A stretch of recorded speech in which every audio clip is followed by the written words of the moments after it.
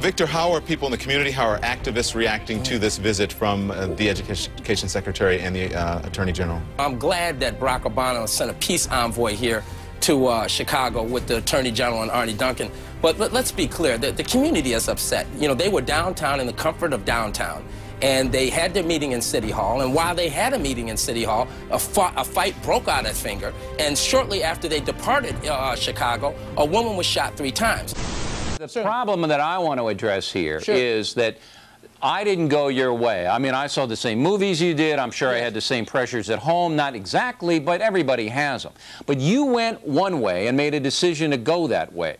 With good parents in a good suburb, with opportunities a lot of other people don't have. And I'm still not clear on why you made that decision. Well, it was a bad decision. I think people make mistakes in life.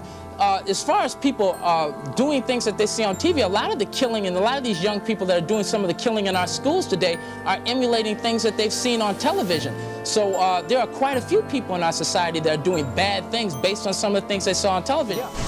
And joining me to discuss this troubling issue, teen violence and the Darion Albert beating death, is author and motivational speaker. His name is Victor Woods. He grew up in Chicago.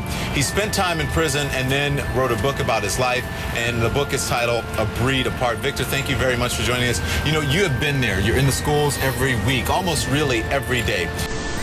The story may eventually hit the big screen. He's currently in discussions with producers in Hollywood about making a movie about his life, going from crime to prison to motivational speaker.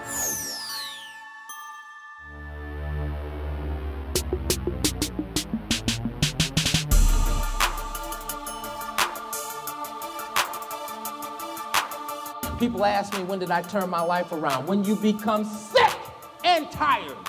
With being sick and tired, that is when you will change the condition of your life. We're gonna have some fun. I'm going to tell you a story. I'm going to tell you how I got in trouble. I'm going to tell you how I got in trouble and what happened to me. And life is about decisions. You don't have to listen to me. I hope you do.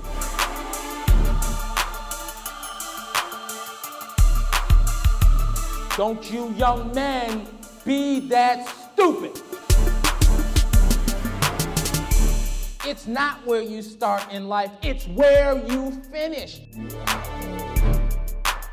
When I first heard about Victor Woods, I thought he would be good for kids. He brings the real world to the kids.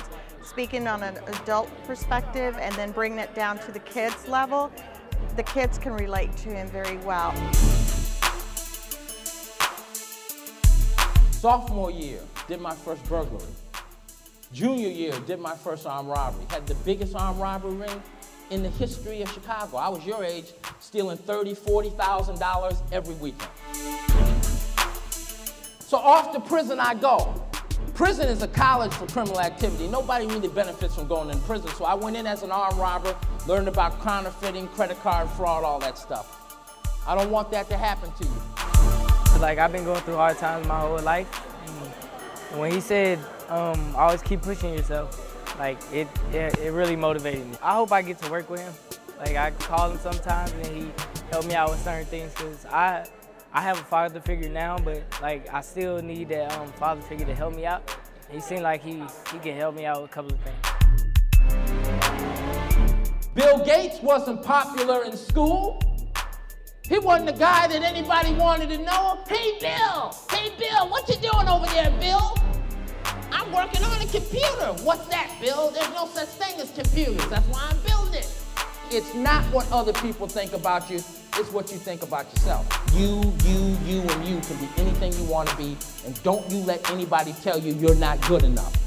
You can be anything you want to be. I don't stand here because I'm better than you. I stand here to get you to start believing what you can do. The community is in an area where there are gangs. If you're in a gang, I used to be in a gang.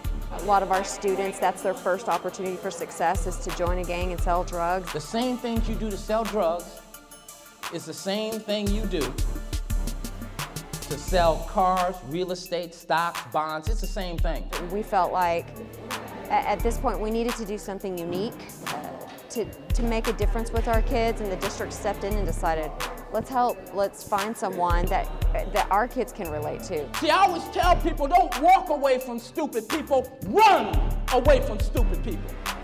So that's why Victor. I called my mother from prison. I said, Mom, I know what I want to do.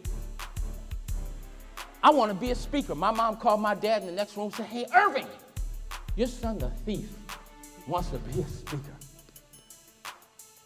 Sometimes people in your own family, and my mother loves me dearly, I love her, they just can't see your vision. They just don't believe in you. That's why it's important to believe in yourself. I know what will happen to them if they're not successful. Nobody drops out of school, they drop into prison or drop into poverty, and I know that. People who come before you and say, hey, I know everything, they don't. You can't really talk at people, you have to talk to them, and you have to listen, and together we can have a conversation. They are listening, and I appreciate that, you know, because I care, and they can sense it. Children know who's talking from the heart and who's not. And if you're not really giving a message from the heart, then they immediately shut down. I humbly say, yeah, they're listening, and more importantly, I'm listening to them,